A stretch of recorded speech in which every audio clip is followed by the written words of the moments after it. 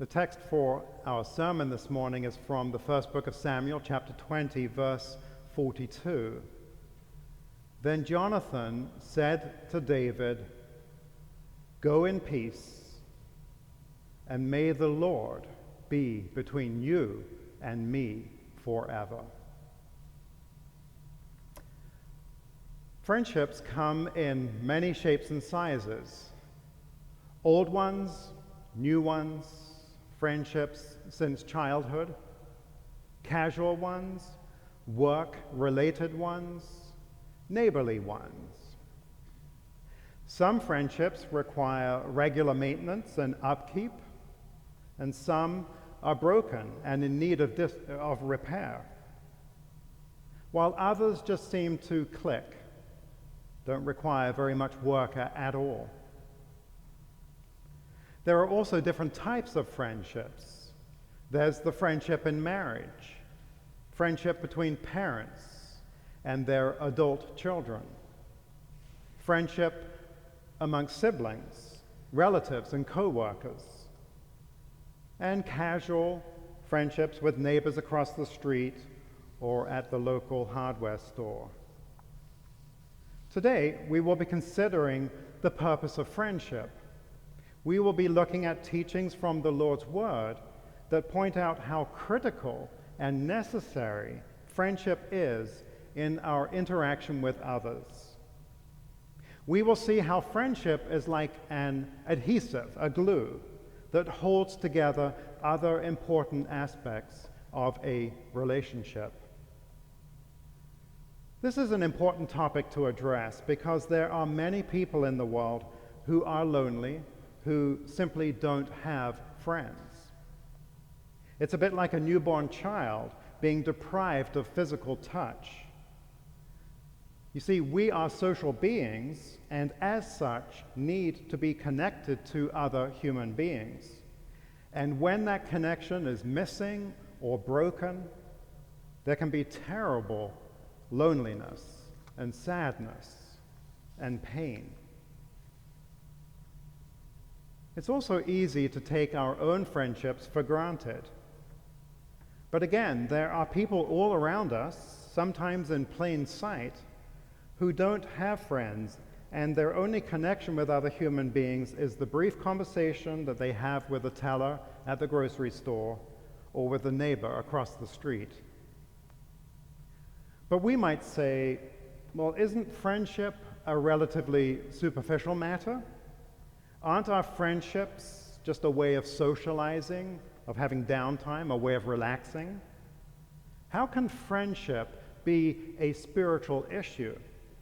Besides, aren't there weightier matters to focus on than fretting about who our friends are or who we should be friendly to? Well, the teachings of the new church, being a revelation of spiritual things, have a lot to say about the spiritual dimension of our friendships here on earth. I think you'll see when you hear a sampling of them that these teachings are exciting because we're taught that some of our friendships will go with us to the other side and continue after death. We'll find that these teachings are inspiring because we learn why it's important to put in the time and energy and the effort to develop deep and meaningful friendships here on earth. And we will learn a cautionary tale about being careful not to get caught up in certain types of friendships. But our text from the book of Samuel shows us what a true spiritual friendship looks like. Right there in the letter of the word, you can read about the friendship between Jonathan, King Saul's son, and the young shepherd boy David. And it's a remarkably mature friendship when you consider how young these two men were, probably in their 20s, early 20s. And you can hardly be left unmoved, unaffected by the strong friendship between these two young men, especially when you consider the painful series of events surrounding their very short friendship.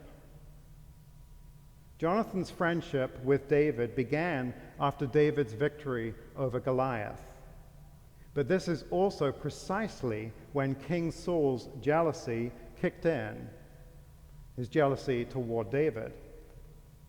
As David's popularity climbed, so did Saul's jealousy toward David climb. And yet, amidst Saul's repeated attempts to rid himself of David, Jonathan and David's friendship only grew stronger and more resilient and more trusting in the Lord.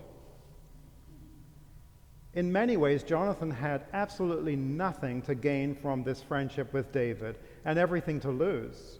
He was the firstborn son of Saul and heir to the throne. But by the time he befriended David, it was obvious that he would never succeed his father as king. Also, by protecting his friend David from the wrath of Saul, Jonathan narrowly escaped with his own life, narrowly escaped being killed by his own father. And ironically, Jonathan was later killed in battle, loyally fighting for his father. There are at least 3 covenants that were made between Jonathan and David, each time solidifying this friendship. But perhaps the most profound gesture of friendship came when, after David had been secretly anointed king, Jonathan took off his outer robe, his armor, his sword, his bow and belt, and handed them all over to David. By doing this, Jonathan, the firstborn son of a powerful king, humbly and freely transferred his right to the throne to a young man with no royal heritage. Jonathan had many noble, admirable qualities. He was bold, courageous, selfless in action, loyal, and he had this unshakable trust in the Lord. The Lord was at the center of all his military decisions, and the Lord was at the center of his friendship with David, which is the text that we're considering today. Jonathan's words to David, "May the Lord be between you and me forever." Just stop and think about that invocation for a moment. How beautiful that is. It's an invitation to bring the Lord, or that which is good, that which is true, that which is noble, kind, right into the middle of a friendship. In a moment, we will be considering the types of things that can fill the space between ourselves and others. But let's take a look at one more thing about Jonathan, the meaning of his name. In the Hebrew, the root meaning of Jonathan means to give, to reach out. This matches what the writings, the teachings of the New Church say about Jonathan, who as the son of a king represents the truth that, quote, reaches out to protect the church. Or you could say, the truth that reaches out to protect and promote all that is good and true and noble and kind. Applied to our friendships, this means seeking to protect the space between ourselves and others with the desire to only fill it with good things. It means reaching out to protect and promote the good qualities that we see in our friends. So let's turn to the teachings themselves, because we learn that these teachings of the new church reveal the hidden reason why our friendships matter. These are all direct quotes. The love of friendship ties minds together. The innermost bond of friendship never ends. In the next life, when a person is thought of intensely by another, that person is presented to view. Hence it is that friends meet there. Upon arrival in the next life, everyone is recognized by their friends, their relatives, and all who had known them in any way. They speak together and continue to see each other in keeping with the quality of their friendship on earth. This has really, really important implications. It means that some of the friendships that we have here on earth will continue on into the next life. And isn't that a delightful thought? It's because true friendship binds or ties minds together. This would apply to our closest friends, which includes relatives. One teaching talks about two brothers being reunited in the next life with the recently departed brother who was such good friends with the brother that had passed on, reporting that when he met his brother, he, quote, could not keep from crying because it was love itself speaking.